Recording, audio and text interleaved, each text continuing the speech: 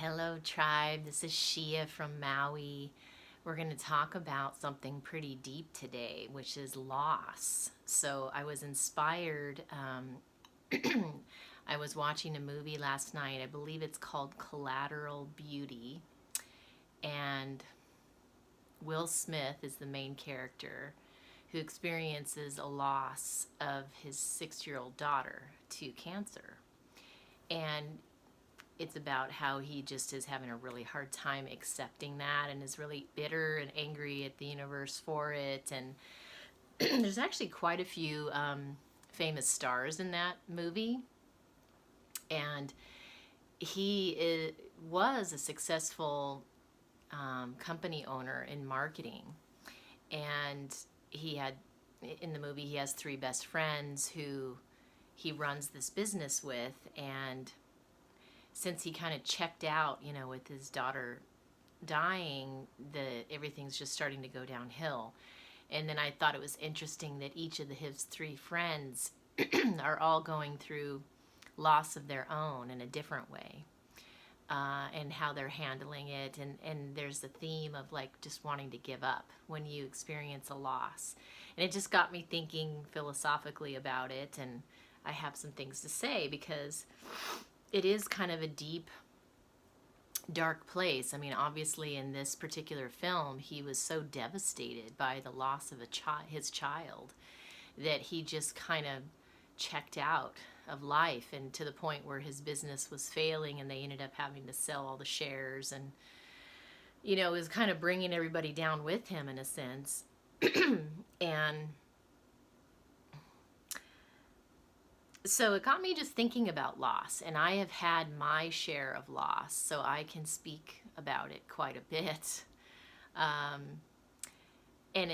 realized that loss is an initiation, and in this particular case, he was having a hard time with that initiation. And a beautiful part of the movie is they actually bring in 3 actors. His friends get together these 3 actors to go kind of to try to help wake him up, and like to get him to turn things around and just get a shift out of him, because he wasn't even talking to anybody or answering to his phone calls or anything like that. So they arranged for these 3 different actors to represent the concepts of love, time, and death, to come speak to him as though they were death or they were love, and what they would say to him around this experience. And loss, like anything that's heavy like that, whether it might be betrayal or the death of someone, abandonment, all those things are not easy to live through. They are initiations, and I am a believer that things happen for a reason.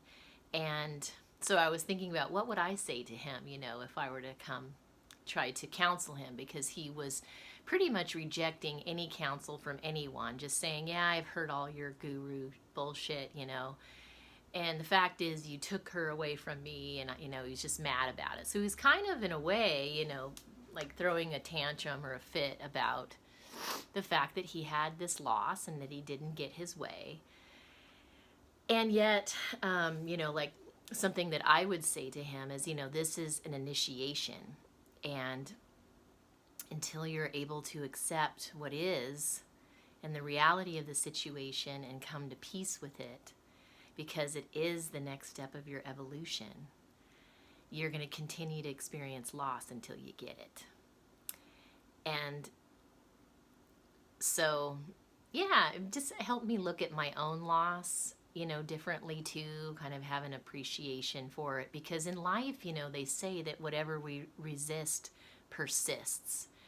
And anything that we are rejecting or resisting in life that is reality that we don't want to accept, and we're maybe throwing a fit about it, or checking out of life the way he was, like that was at an extreme degree, going into depression or whatever it is. There are different stages of bereavement for sure, and that's all well and good, but it had been a couple years and he just kind of shut down completely. And you know, it made me realize I have a pretty interesting story. I would actually use the word tragic. To be honest, I'm amazed that I have been able to live through it and get through it, and I'm still alive, and I'm still have my spark of hope and belief and faith and all that stuff intact, because for what I've experienced, I could easily be very jaded and bitter, and I'm grateful that I'm not. I certainly have taken a lot of hits, like anyone who might feel very beat up from life. And I also own that I chose to take the fast track, the intensive course, so to speak, on relationships and life in general. And I chose to go through a lot of initiations, and I do like to master things. And, you know, being that I am a love and relationship and Tantra coach, which is my field, I've realized at different times in my evolution that, you know, I kind of signed up for this because, you know, I realize this makes me a better therapist. It makes me better at what I do, and I've lived it. I've been there, I've done that, and I know what people are talking about. I've experienced codependency. I've experienced having an alcoholic parent. I've experienced, you know, abandonment and betrayal and,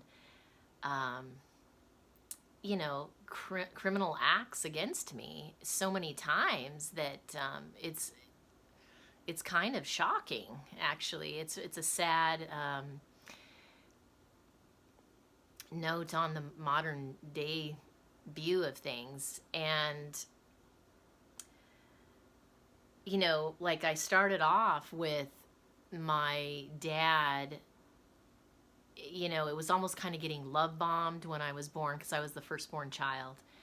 Then when my brother came in a year and a half later, my dad transferred all that love to him, and like the rest of us didn't matter. And I think he was just living through his son to try to give his son everything he didn't have, and it was somehow a therapeutic experience for him to do that. And that's all he wanted to do, and the rest of us got nothing. So I, you know, experienced abandonment at the year of a year and a half years old, where, you know, usually that's kind of where you're in love with your parents, and especially if it's the opposite sex parent. You know, I definitely had a very special relationship with my dad, and then he just ditched me for his son. So I was heartbroken. That was a very heavy thing to experience at 1.5 years old. And then, you know, a couple years later, I got to experience witnessing him have an affair with someone else and having it devastate my mom, and watching my mom trying to figure out, should I leave him? I have 2 little kids with him, and she was like 22 or early 20s.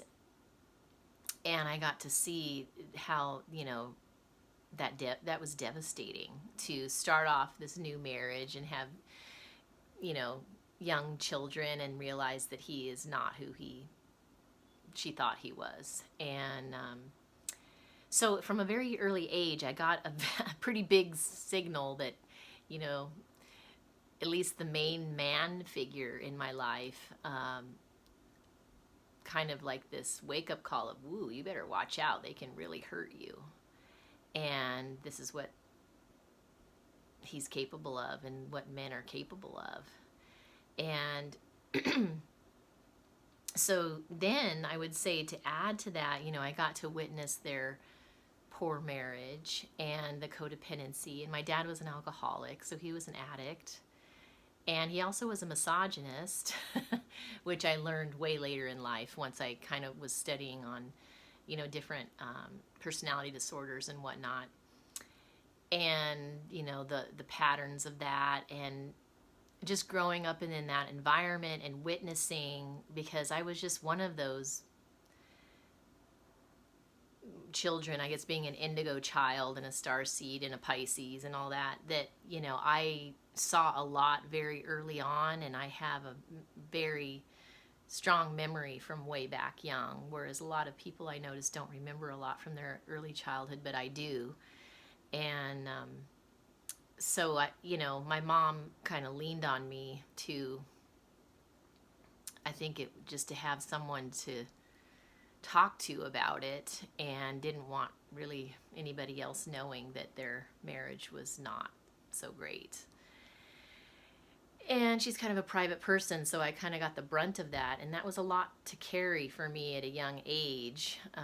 It wasn't really appropriate. And then my youngest brother came 10 years later, was kind of a surprise child, and so I was 10 years old when she got pregnant, and then I got to see how having a child can completely disrupt your whole life and everything you're used to. And it, all of a sudden, I was such an extension of my mom at that time growing up, that her being the main caretaker and not getting enough support, it's sort of like meant that we were housebound a lot, because he was a handful and he had colic and he was hyper, and he was a typical boy, right?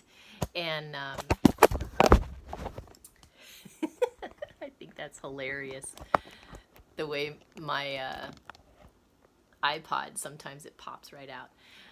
Anyway, so at a very young age, at 10 years old, oh, sorry about that, you guys, that's kind of funny. So at 10 years old, I'm, becoming this mother, so to speak, or secondary mother to him, which he needed, and, it paid off for him, but it wasn't so easy for me. Because, at least my mom could go do things together, and,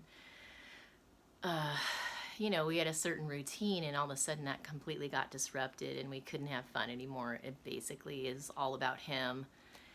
Baby is pretty consuming when you have it and needs all your attention, and they're a handful. It's not like you can just take them into public places so easily when they're a toddler.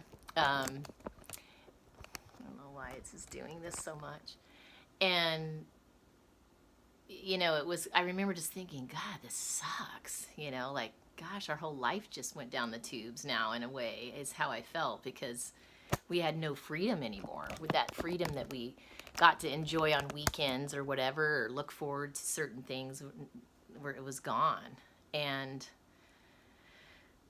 so I remember just kind of getting a wake-up call about, wow, having a child can really, change your lifestyle, and you better be ready for it, or you can get resentful of it.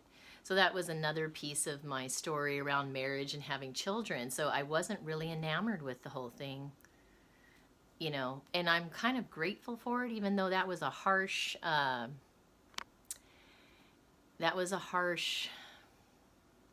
those were harsh wake-up calls. At the same time, I'd rather have that than what I see out there, and most of my friends, kind of have this fairy tale version of marriage and kids.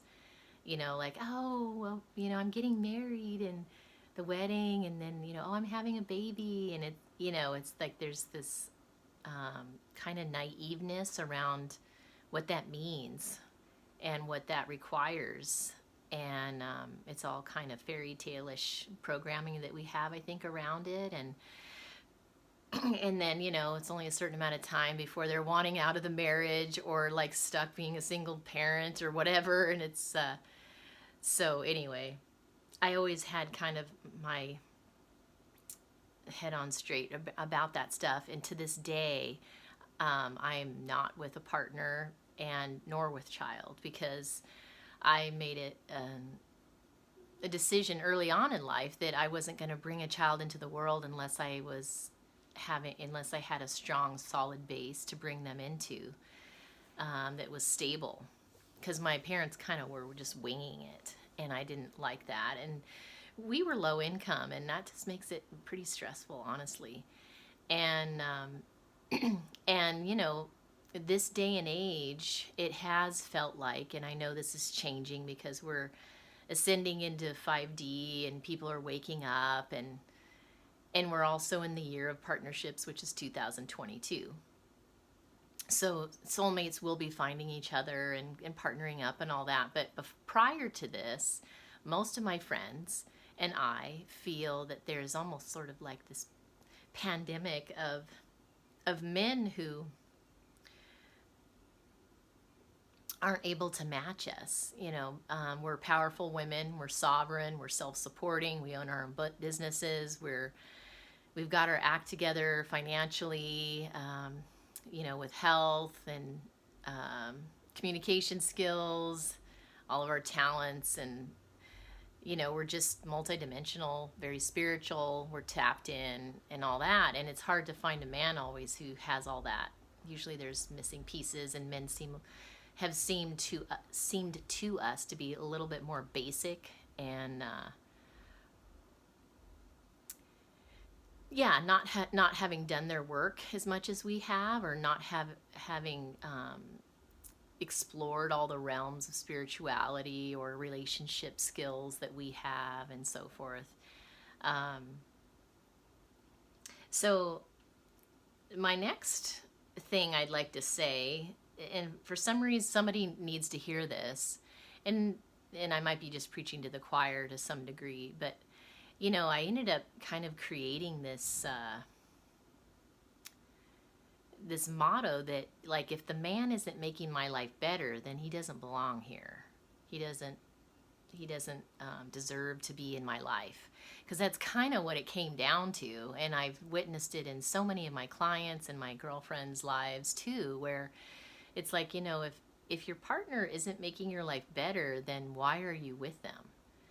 And this is true whether you're male or female. You have to ask yourself that question, because I know I was going through a lot of initiations and preparing for, being a counselor in the field of relationships, and also working through like my bloodlines and overcoming things and rewriting the story and all kinds of stuff that I was doing.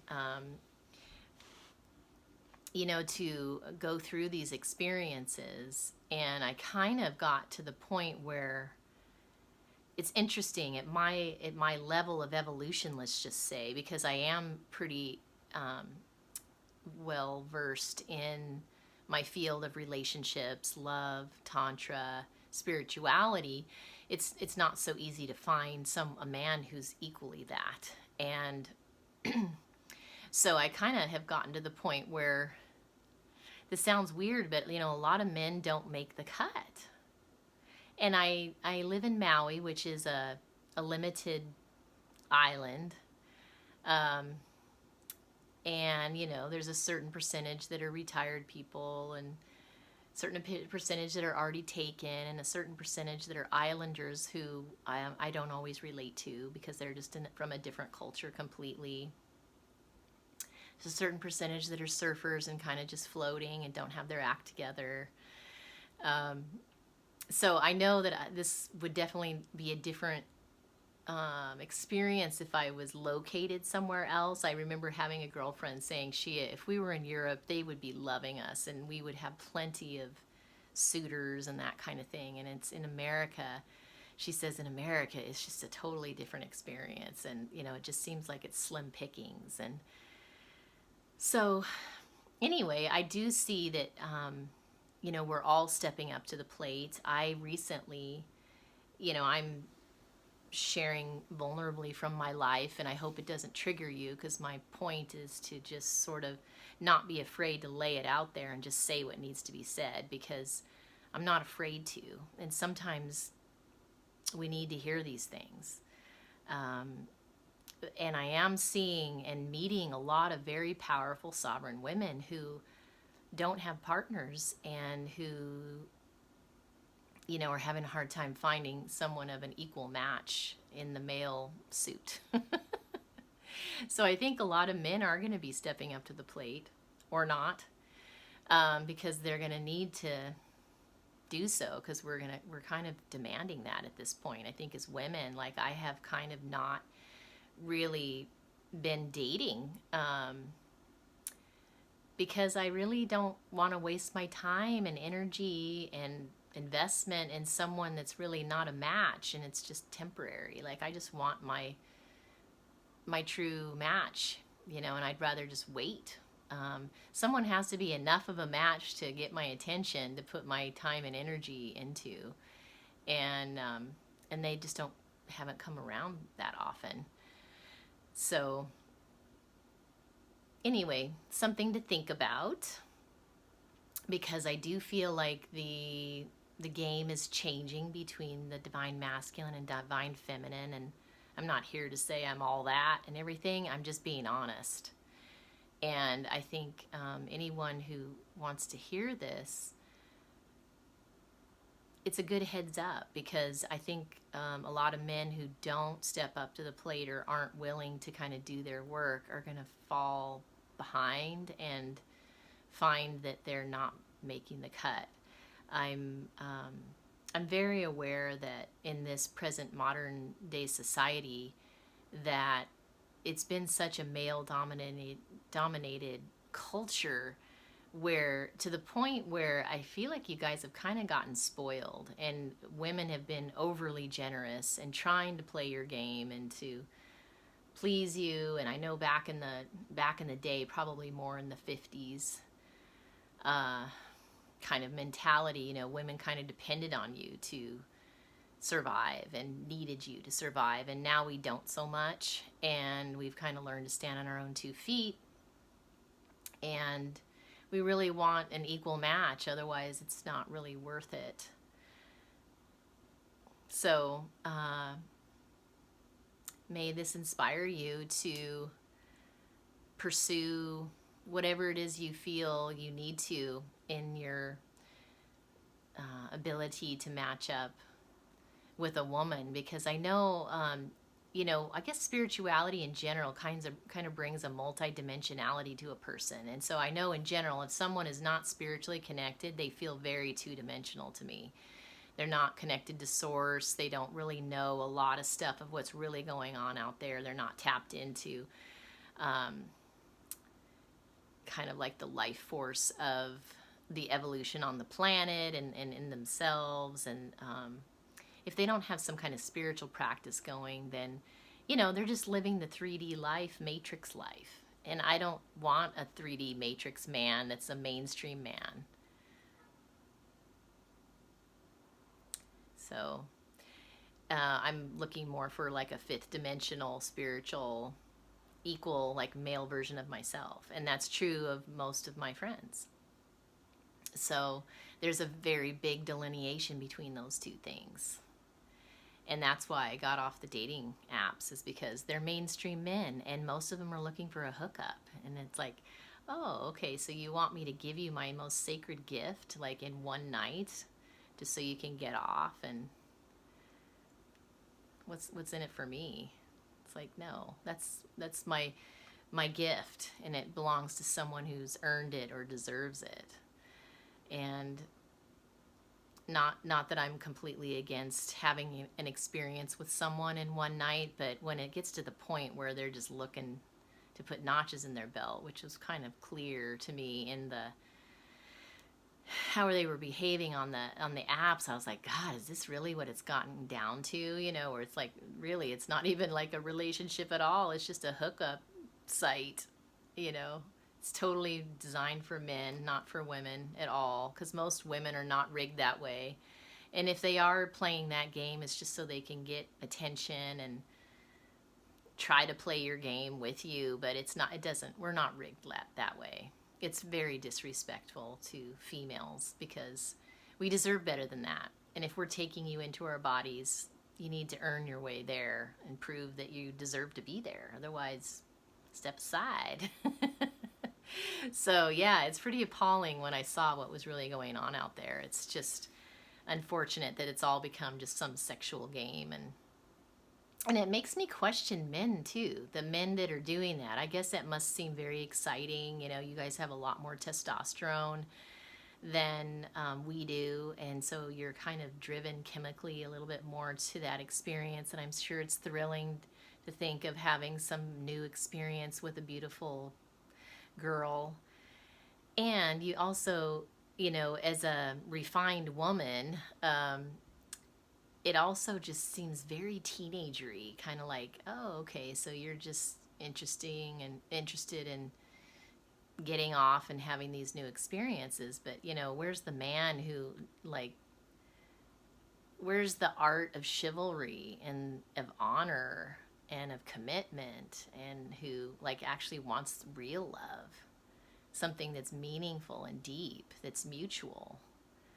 You're just going to play around your whole life, and I don't know, it just seems very superficial to me. So anyway, I'm just sharing from my own personal life experience, and maybe one day I'll do a video about what I have experienced out there, because it's been pretty pretty dramatic.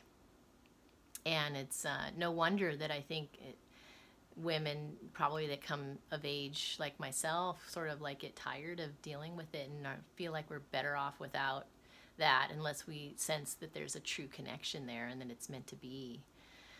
So hopefully you're not one of those men, but if you are, maybe it's time to turn things around. And those of you who are confident in yourselves, and you are what you consider a full package man, and you do have these different things going for you where you feel like you are a good match and you're very partnerable, then good for you, because we need you. There's so many people out there that have personality disorders and addictions, and it literally makes them unpartnerable. And I can't recommend them, to anyone, because they just don't have their act together yet to even be able to be a partner. It would just be a roller coaster.